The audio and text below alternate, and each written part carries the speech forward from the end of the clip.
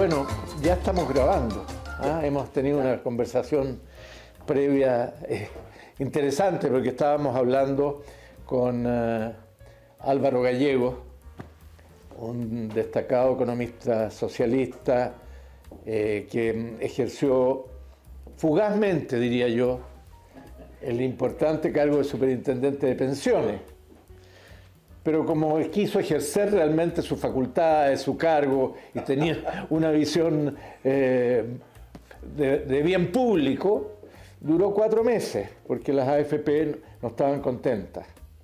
Y tenemos aquí a este viejo y querido amigo de tantas batallas, Sergio Aguiló, exdiputado, varios periodos. Nunca quiso ser candidato a senador. Me acuerdo que siempre cuando yo le preguntaba, bueno, ahora hay que elección, no, dices, yo al Senado no, a mí me gusta la Cámara. Nunca quiso ir de candidato a senador, que habría salido. Y ahora en la última elección fue candidato a consejero regional, y es consejero regional de Talca. Así es, Jorgito. Entonces, muy bienvenidos los dos. Estamos muy contentos aquí en el avión rojo que nos acompaña en recuerdo de los socialistas que quisieron hacer cambios fundamentales en Chile y levantaron un precioso programa de gobierno en 1931-32, fue la República Socialista, encabezados por Eugenio Mate Hurtado y por Marmaduke Grove. Nosotros somos, como ustedes saben, el Portal Socialista y tenemos ya unos meses de vida y estamos bien contentos con lo que hemos hecho. Bueno, pero les decía yo, para quienes nos escuchan, que estábamos conversando sobre el tema de la confrontación que se ha producido, que llega ahora a niveles muy elevados entre Trump, el gobierno de Trump, y las universidades norteamericanas, en particular la Universidad de Harvard. Mi impresión, no sé la de ustedes, es que es una confrontación clave, porque ha puesto en cuestión no solo el sistema económico y administrativo de la educación superior en Estados Unidos, sino la libertad académica, que es el corazón mismo de la existencia de las universidades. ¿Qué te parece, Álvaro? Bueno, a mí me parece que es un ataque gravísimo al corazón de la inteligencia, la cultura y la intelectualidad americana de Estados Unidos, porque es una prohibición administrativa que no solamente le corta a la Universidad de Harvard su capacidad de aceptar estudiantes del extranjero en sus aulas, sino que además le dice que los que ya están ahí tienen que irse. Entonces es una cuestión de una brutalidad inimaginable, inimaginable. 25% de los estudiantes de Harvard son extranjeros. Es tan brutal que en un país de básicamente 2 partidos, los sectores progresistas, los liberal americanos, los sectores más avanzados de la sociedad norteamericana están en el mundo académico, están en sus universidades. Bueno, Harvard es la más prestigiosa probablemente de todas aquellas, pero hay muchas universidades que están siendo amenazadas hoy día por sus ideas, por su producción libre académica, por su desarrollo intelectual, por sus investigaciones, por recibir efectivamente durante muchísimas décadas, centurias, incluso académicos y estudiantes de todas partes del mundo. Bueno, nuestro propio Jorge fue hiciste un gran posgrado de un par de años, doctorado, ¿no? Un doctorado. Lo que pasa es que nunca terminé mi tesis. Entonces yo fui por varios años lo que los gringos inventaron una manera de darle un mayor estatus a aquellos que habían hecho todos los cursos de doctorado, habían pasado los exámenes de doctorado, pero no terminaban su tesis. Inventaron una cosa que se llama All But Thesis, ABT. Entonces ponías tú el nombre, PhD entre paréntesis, ABT Harvard. Bueno, imagínense, nosotros aquí en Chile conocemos a algunas destacadas personalidades, incluso del mundo político, que estuvieron en Harvard en su oportunidad, y en otras universidades norteamericanas, que hoy día estén amenazando. Nos contaba hace algunos minutos atrás Álvaro que la ministra de Educación no solo está en este conflicto con esta universidad símbolo de las universidades del mundo, sino que además con una advertencia a todas las universidades americanas de que tienen que deshacerse de sus estudiantes extranjeros. Esto no solo significa quitarle financiamiento a las universidades que persistan en esta política, sino le van a quitar las visas a los estudiantes, o sea, las van a echar del país físicamente. Es una brutalidad. Bueno, yo no sé cómo operará el sistema judicial, los recursos de amparo, los recursos de protección de las libertades y los derechos La habeas básicos. corpus. Claro. Tú sabes que hay una ministra o secretaria del Interior en Estados Unidos, no recuerdo cómo se llama, pero en una comisión, una senadora demócrata le preguntó: ¿usted sabe lo que es ministra del habeas corpus? Sí, le dijo, es la facultad del presidente de la República, del presidente Trump, para expulsar extranjeros del país. No sabía lo que era el habeas corpus.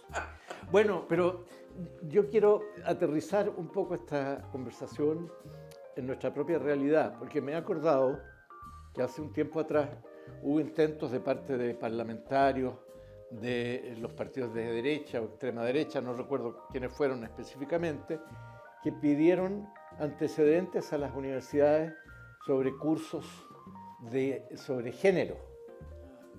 ¿Se acuerdan? Sí, claro, claro. Y a todas las universidades públicas, cuáles eran los programas de género que tenían en su currículum. ¿Por qué recuerdo? Fue la bancada de la UDI. La bancada La completa. bancada de la UDI. Bueno, ¿por qué traigo esto a colación? Porque tenemos unas elecciones ahora.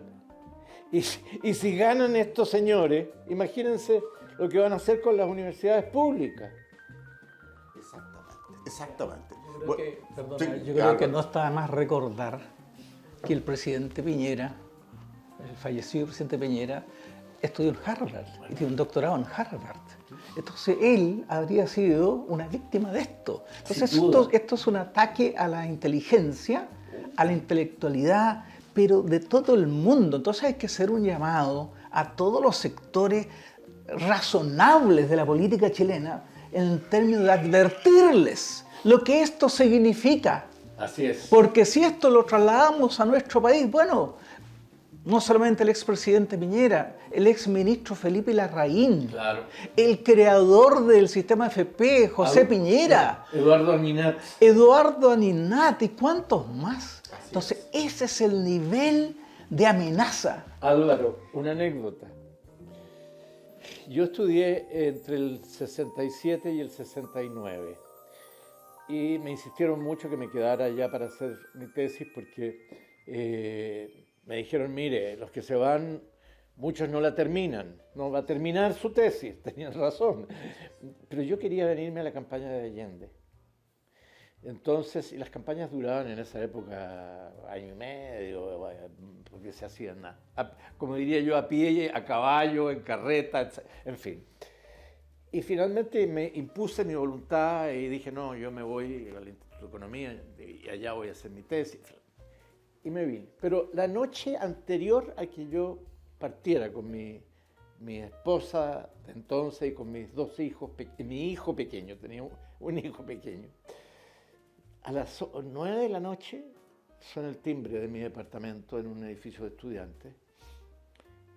Yo voy, abro la puerta y hay un señor que me dice, discúlpeme, usted Jorge Arrate, sí.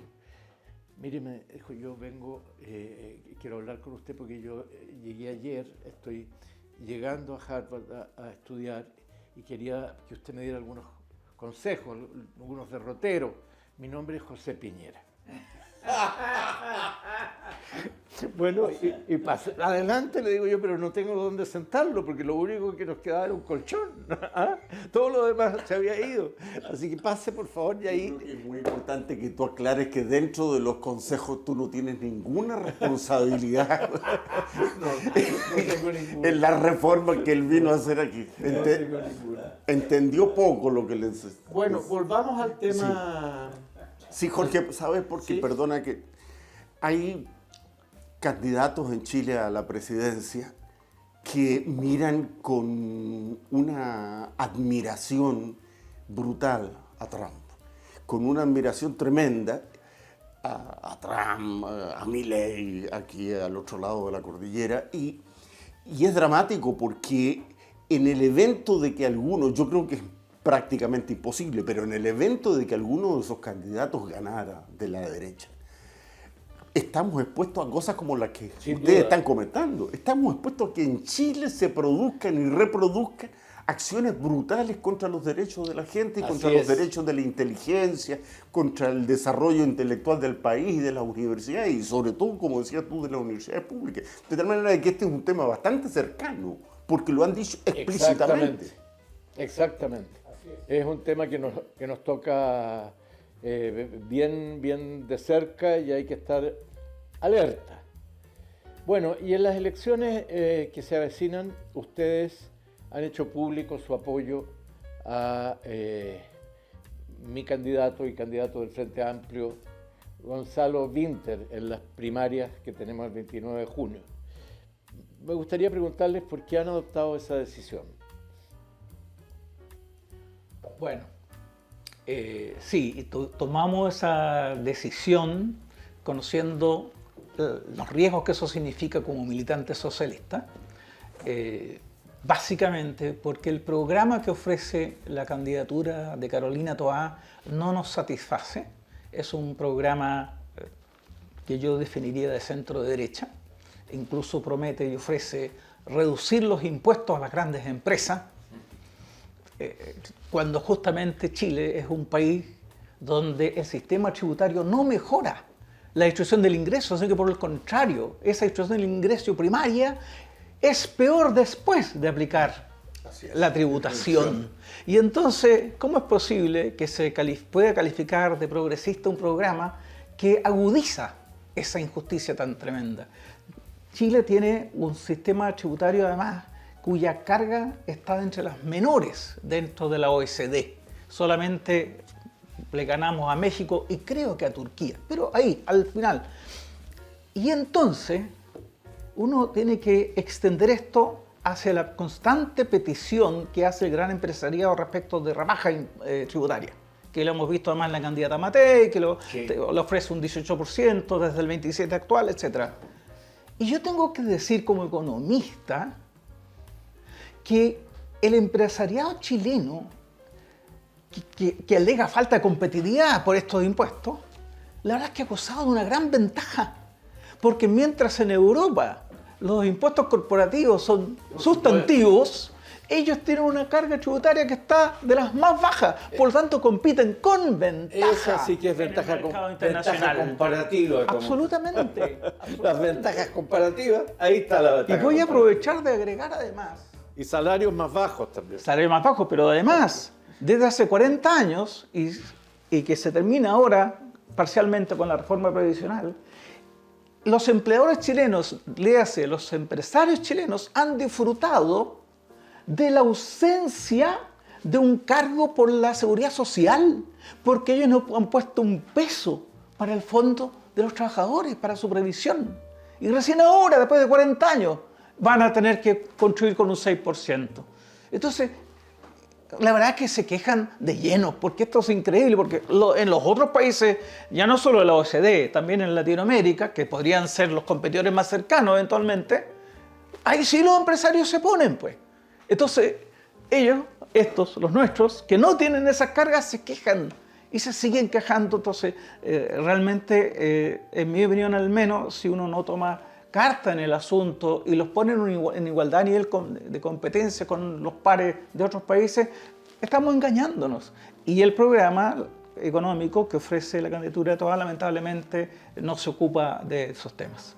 Déjame complementar, Sí. Jorge, lo que también ha dicho Álvaro, en el sentido de que nosotros, como tú sabes, y la opinión pública también, teníamos una candidata para participar en las primarias en su momento, una primaria que van a ser extraordinariamente interesantes porque son candidatos y candidatas que entusiasman efectivamente de gran capacidad, de gran calidad, más allá de las divergencias que aquí muy bien se han acotado y apuntado. Y hubo una presión muy desleal y muy poco decente en política en contra de la candidatura que el Partido Socialista en su momento había levantado, por parte de un establishment que quería fortalecer un cierto programa que no le hiciera gran cuestión a los poderes empresariales, básicamente, tal como Álvaro lo ha planteado. Entonces, terminó bajándose la candidatura del Partido Socialista, que era la de su presidenta, Paulina Bodanovich, y nosotros nos preguntamos, un grupo de militantes socialistas, que somos bastantes, quiero decirlo, producto de la, en fin, prudencia que necesariamente hay que tener en estos casos, un grupo de 7 hemos dado la cara, que tenemos una larguísima trayectoria en el Partido Socialista, el que menos, más de 35 años de militancia, dimos la cara y estuvimos públicamente. Y lo hicimos pensando en que de los candidatos de la primaria que seguían en pie, el que lejos reflejaba mejor las ideas nuestras, las ideas que quisiéramos ver desarrolladas en nuestro país, que a partir de la izquierda construir una mayoría ciudadana suficiente para hacer las transformaciones para un país más justo, era la de Winter. Winter representa, a mi juicio, el liderazgo más potente, más serio, más cautivante, diría yo, de las nuevas generaciones de la izquierda chilena. Es lejos el más lúcido, y lo digo con todo el respeto al resto de los parlamentarios progresistas, y de que era el más lúcido de los diputados actuales. Ha aprendido mucho de incluso los errores que colectivamente hemos cometido también como gobierno en este periodo. Nosotros somos parte como socialistas del gobierno y nos sentimos parte de esta coalición, pero ha aprendido mucho, de tal manera de que a quienes dicen, mire, van a volver a repetir los mismos errores, no, para nada, porque gente inteligente, pero gente sobre todo con sentido de servicio social y de sentido de país, aprende de los errores, y Gonzalo tiene esa mirada de futuro, tiene esa mirada progresista, tiene esa mirada de una economía que entiende que los empresarios tienen que jugar un rol, que duda cabe, pero un rol que sea compatible con un desarrollo para todos y no solo para algunos, que sea compatible con la necesidad de disminuir las desigualdades que son muy brutales y muy vergonzosas en nuestro país. Entonces, a nosotros nos parece que es un liderazgo extraordinariamente interesante, estamos muy entusiasmados con su campaña y naturalmente estamos apoyando en la medida que podamos. Bueno, me alegré mucho cuando escuché la noticia, porque comparto lo que han dicho ustedes dos, ¿no? Efectivamente, yo creo que Gonzalo, lo he dicho en otro momento, es un candidato que la ciudadanía va a descubrir. Alguien me dijo que tiene solo 42% de reconocimiento, solo el 42% de la gente lo conoce. Bueno, es que el 58% que no lo conoce lo va a descubrir. Y eso no lo tienen otros candidatos. Ya fueron descubiertos. En definitiva, la sorpresa de esta campaña yo creo que va a ser Gonzalo Winter, porque todas las virtudes que tú has destacado y todas sus condiciones son excepcionales y la gente ya ha comenzado a apreciarlo.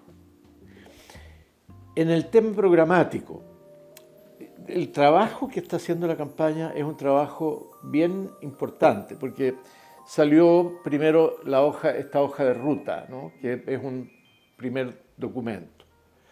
Luego hay, por ejemplo, esto va a salir en un par de semanas más, cuando lo publiquemos en la web, pero ya estoy hablando por hoy y por mañana. Mañana hay en la Academia de Humanismo Cristiano un encuentro presencial para debatir ideas de programa, presencial, donde estamos todos invitados a estar presentes y donde va a estar Gonzalo para discutir temas programáticos.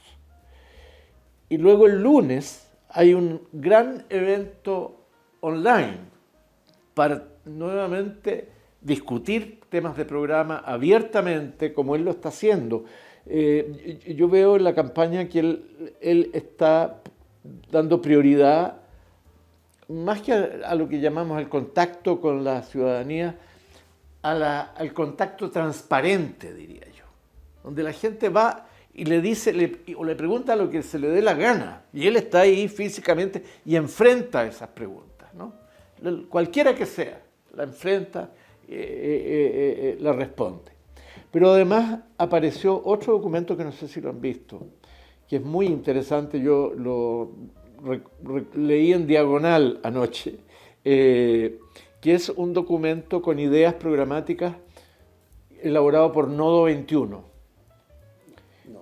Es mucho más detallado, o sea, una cosa es la hoja de ruta, y esto es una cosa mucho más al hueso, diría yo, en materia programática, y que es un aporte de este centro de pensamiento a la campaña de Winter.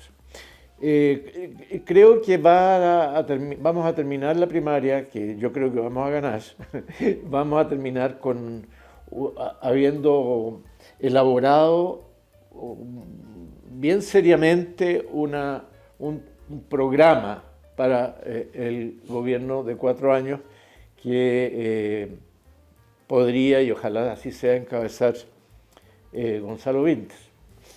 Yo quisiera comentar a propósito de lo que tú dices, Jorge, que Gonzalo tiene, además, y en política muy importante, y en estos tiempos particularmente relevante, otras dimensiones que van a implicar, a mi juicio, una transformación, incluso de la conducta de los políticos chilenos, por lo menos de los políticos progresistas, que es una dimensión ética de la política que se ha ido perdiendo.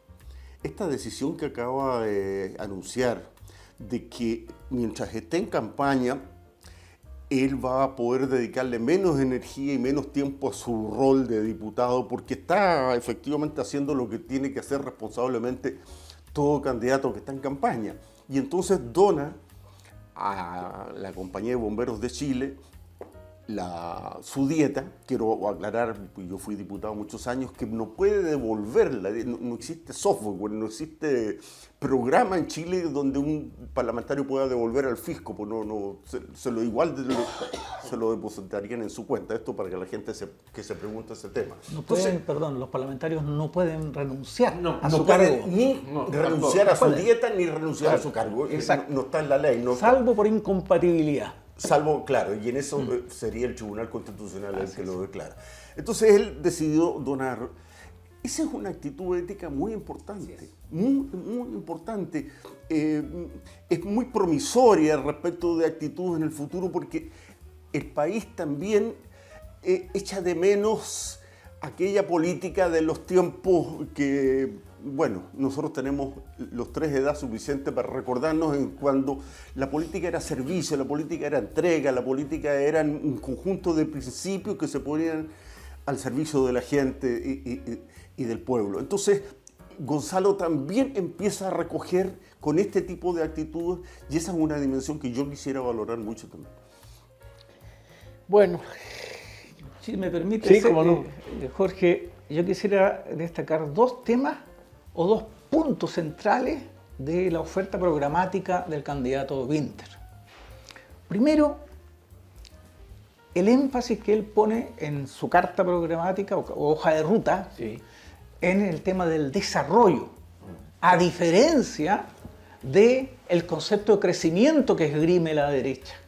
Hablar de que tenemos que crecer más es una discusión fútil si no discutimos sobre el excedente, cómo se distribuye el excedente. Y entonces él apunta ajustadamente, correctamente al desarrollo como un concepto que sustituye ese otro más simple del crecimiento, porque el desarrollo permite no solo crecer, sino también reformas estructurales y cambios en las matrices productivas y en la mejora de las distribuciones del ingreso y la distribución de la riqueza. Ese es un primer punto que es sustantivo. El segundo punto es el énfasis en el empleo, porque la angustia que tienen los hogares de este país es que no llegan a fin de mes. Y el ingreso casi exclusivo de los hogares es el salario, que se consigue o se obtiene a través del empleo. Y entonces cuando se pone énfasis en el empleo, es que está manifestándose una preocupación genuina por el bienestar de los hogares chilenos. Y resulta que los astros convergen, ¿ah? Y sabemos que hay un Papa nuevo que adoptó el nombre de León, en recuerdo de León XIII, que fue el autor de la Rerum Novarum, la doctrina social de la Iglesia, donde se pone el énfasis. No es por el equipo de fútbol de la U. No es por el equipo de fútbol de la U, es por la disposición de la Iglesia Católica para entender el mundo del trabajo de una perspectiva preferentemente pro trabajo. Claro. Ese es un primer punto. La Rerum Novarum. La Rerum Novarum de 1883. Y adicionalmente ocurre que las organizaciones multilaterales como el Fondo Monetario y el Banco Mundial acaban de cambiar su paradigma, que hasta antes de ayer, ¿no es cierto?, estaba orientado a proteger y estimular la inversión. Ahora ellos han dicho públicamente en una declaración que van a financiar preferentemente aquellos proyectos que estimulen la creación de empleo.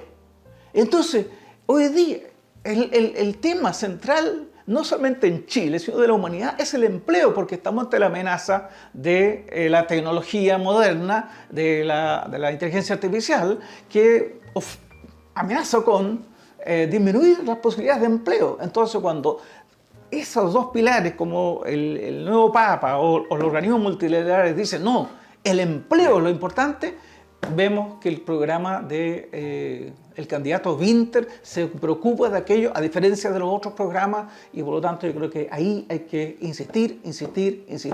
Esa es la preocupación económica que debemos tener, porque hay que siempre recordar que la economía está al servicio de las personas, no al revés. Fíjate que ¿cuándo fue? Yo creo que fue en el lanzamiento de su candidatura, cuando Gonzalo planteó 4 líneas en su discurso, ¿no? Un día en la noche ahí en Esmeralda, en un escenario, y a mí me sorprendió, me di cuenta de inmediato que había una innovación en la forma de enfocar las cosas, porque yo no recuerdo los discursos de la izquierda, de nuestra izquierda, empezar como el primer punto con el desarrollo. Desarrollo que implica crecimiento, implica esfuerzos por construir una sociedad más igualitaria, liberarse de este virus que nos aqueja, que es el de la desigualdad y que está en el origen de muchos de los males que nosotros enfrentamos hoy día. Entonces sentí esa noche y dije, bueno, aquí hubo un movimiento de cabeza, es una nueva mirada, es una mirada distinta que no renuncia en absoluto a lo que son las grandes banderas libertarias e igualitarias de la izquierda, pero que las coloca, las pone en una perspectiva distinta, es con un catalejo diferente que se están mirando las cosas, y yo me alegro mucho. Nosotros los tres que estamos aquí no vivimos de la nostalgia, vivimos del presente. Exacto. Y tenemos eso, yo considero que eso es muy valioso tanto en lo personal como también en la contribución que podamos hacer en el tiempo que queda a seguir batallando por lo que hemos batallado toda la vida. Bueno, yo no sé si alcanzo. Sí, todo lo que quieras. estoy pensando en la gente mayor que eventualmente nos pudiera escuchar. Gonzalo, con justa razón, tiene una gran adhesión en los menores de 40, ¿para qué decir los menores de 30? La gente mayor tiene preocupación de, qué sé yo, de las cosas que pudieran ocurrir en el país muy drásticamente. Yo quiero decirle que conociendo a Gonzalo, conociendo su programa, como han planteado ustedes dos, conociendo su experiencia como parlamentario en 2 periodos y su colaboración con el gobierno, es una persona extraordinariamente responsable y extraordinariamente madura. Una persona que sabe que a mí me ha sorprendido esta dimensión de integración de la unidad del país detrás de un programa de cambio. A mí me ha impresionado cómo él ha dicho, mire, cuando yo gane las primarias, no voy a gobernar solo yo, vamos a gobernar todos los que estamos participando en las primarias. Es una frase que me sorprendió mucho. Yo voy probablemente a ganar, lo dijo sin soberbia, probablemente a ganar en las primarias, pero vamos a integrar todos los sectores progresistas y vamos a invitar a los empresarios, vamos a invitar a las iniciativas de más diversa índole ideológica y política, económica, a construir este nuevo Chile más justo en la perspectiva del desarrollo. Entonces es una persona muy responsable, es una persona madura, es una persona que sabe que los cambios se van haciendo progresivamente justamente para evitar que este gran talón de Aquiles del país, que es la desigualdad, origen de tantos males, como ha dicho Jorge, pueda irse terminando lo más rápidamente posible. Bueno, queridos amigos, les agradezco mucho. Yo creo que ha sido, para mí por lo menos, una conversación gratísima y además extraordinariamente interesante. Para que se lleven un recuerdo de este momento, les tenemos un pequeño regalo. ¡Ah, qué lindo! No te puedo creer. Muy amable, muy gentil, querido compañero. ¡Ah, qué entretenido! Muchas gracias, querido Jorge. Un honor. Muy bien, muy bien. Ah, qué simpático. Muchas gracias. A ver, mira, bonito. Precioso. Gran avión rojo, 2 años antes que naciera el partido. Ahora viene el 4 de junio, el Día de la República. ¿Sí? Que es, fíjate, yo no me había dado cuenta, pero es la misma fecha, el 4 de junio, la República Socialista de los 12 días, y la fundación del POS en 1912. Es el 4 de junio. No me digas, ¿no? Bueno, nosotros declaramos ese el Día del Socialismo Chileno. Entonces tenemos que hacer cosas para el 4 de junio. Vamos a hacer, en fin, estamos viendo qué cosas podemos hacer, pero todos los años hacemos algo, ¿no? Nos invitará. Por supuesto. Bueno.